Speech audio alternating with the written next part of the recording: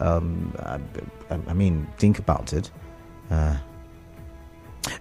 Because then again, I'm also thinking, I did see the ex-governors' names, ex-senators' names, in that list. Yeah, we did see some technocrats like Nexim Bank, or someone from Nexim, the Stella Okutete, something like that. I think she is a technocrat in the economic sector or economy sector. But I'm thinking, is this unbundling so as to accommodate the politicians in the list, the ministerial list? I'm thinking. But what do you think about this, really? What do you think about this?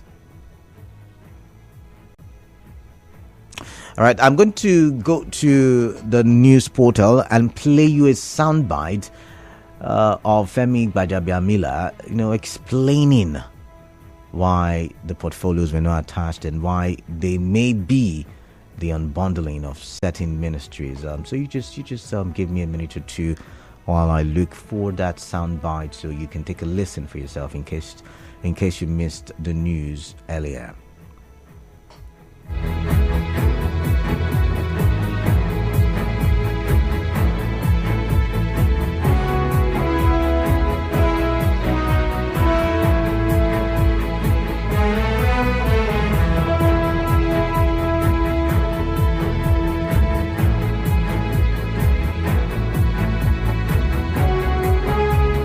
As good as that sounds, it straitjackets the president to pigeonhole one person in an office and the other. What happens then if you change your mind?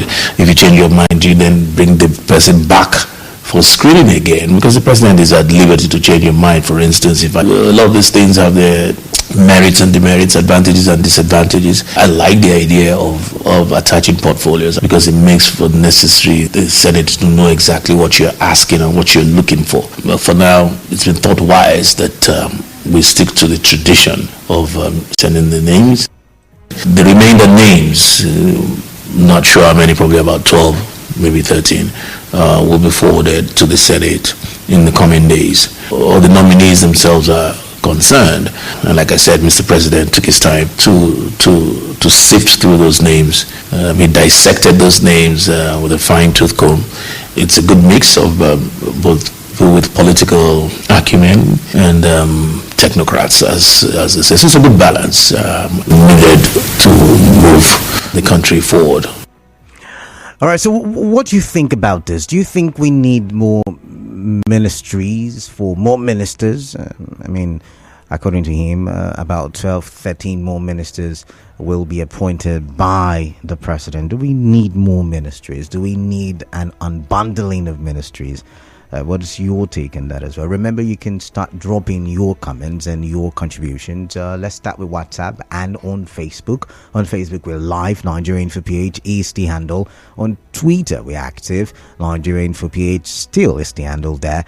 And on YouTube, we're live. Nigeria Info PH is the handle. So you want to start dropping your comments therein and start reading when I start taking contributions. So better still use WhatsApp.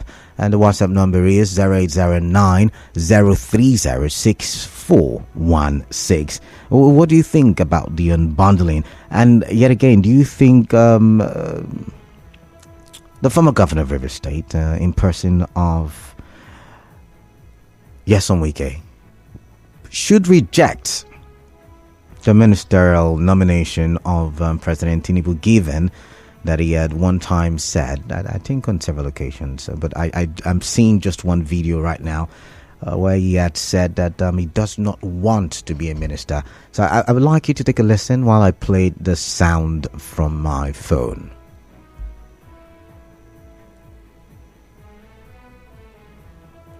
And campaign and work for the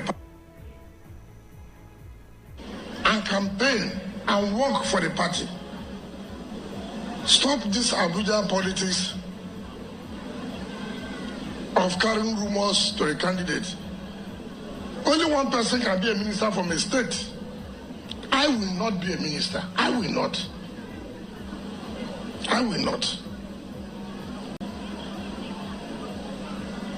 I'm not a liability. All right, it's not a liability. He said he's an asset. I don't know if that counted the statement he made earlier, because he started by saying he would not be a minister, and then he said he's not a liability but an asset. So, but what's your take on this? You know, I am the one who reports. I bring you the stories, and I get to hear what you think about it. But to my final story today, Niger Republic coup. People seen celebrating, waving Russian flags as UN backs Tinubu to restore democracy. Now, you already know that in Niger Republic, there has been a coup and the military is taking over the country. And there have been phone calls from, for instance, the United States Vice President asking the ECOWAS President, which happens to be the Nigerian President, Bola Ahmed Tinubu, to go out there and ensure that he restores democracy in Niger Republic. Niger Republic is a neighboring country, and it follows other West African countries like Mali, like Guinea-Bissau, like Guinea, and Burkina Faso, who in recent times have been plagued by military coups. And you see, in the 60s, 70s, and 80s, for those of you who are historians, you would remember that coup was very popular in Africa. But towards the 2000s, it began to decline. There was a huge decline in coups in Africa. However, in the last decade or more, since 2010, we have seen an upsurge in coups in Africa. And West Africa has not been left behind, you know. Like I said, I'm looking at the chart now.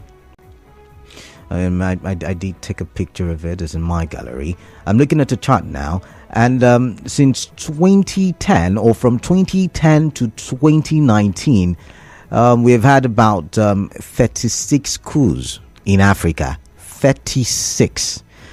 From 2020 to July 2023, we have had 9 coups. So if you want to do the maths, from 2010 up to 2023, we've had about 45 coups in Africa, and about 5 of them or thereabout are in West Africa. Neighbors, Mali, Niger, you know. The question is, what can we do to ensure that we restore democracy in Africa? Can we even restore democracy in Africa? That should be the question. I'm also thinking about what Obasanjo said a few days ago, that Nigeria, as if he knew there was going to be a coup in Niger, but he said Nigerian leaders have failed Africa. Remember that conversation? You and I had it in the course of the week. And so I'm thinking, can we do anything about it? Is democracy failing in Africa? Is this not a step backwards, given what we have seen in the past when the military took over certain countries in Africa? Why are we still, having the back and the forth, and we're not yet? I don't know. But then again, what is of the concern to me is the international concern about activities in Africa, and I do feel, to a larger extent, some of the the things happening, the insurgency happening, can be traced to international partners. And so now in Niger Republic, as it was done in Burkina Faso and Mali, they have burnt the flag of the country called France, and now they're waving Russian flag. And I'm wondering what's happening. What does this mean in terms of international relationships? All right, I'm going to open the phone lines right now. 3 minutes, or rather now 2 minutes to our first commercial break. So I would let's start with messages then. This one said, "Good afternoon, Canada. Please let Wike remember his words. He said if he's really a man of integrity, as he claims, that he cannot be a minister. The test has started for him. The world is watching. Thanks." Simeon from Port Harcourt. This one said, "You people should let this man be. You can just go. Does it change anything?" I did not dig it. As a matter of fact, that video was published by Daily Trust. Yeah, I played it from Daily Trust, not me. I didn't dig it. I don't have time to go dig videos. Come on. This one says, "I am Gregory Manuel, texting from Port Harcourt. For me, I will say that the former governor is a human being. He can decide to make a statement and still change a statement. But then as a public figure, And with the pedigree and pedestal he has attained, I think he should make sure that his words are being kept so people can take him seriously. And for the ministerial list, the truth is the list is just the list of compensation to the loyal list of Bola Ahmed Tinubu. And I don't think that there should be right way to go. That should be the right way to go as a country. All right, we'll go for the quick commercial break. When I come back, we continue. We take off with the biggest conversations with an exchange of opinions and ideas on the Morning Crossfire.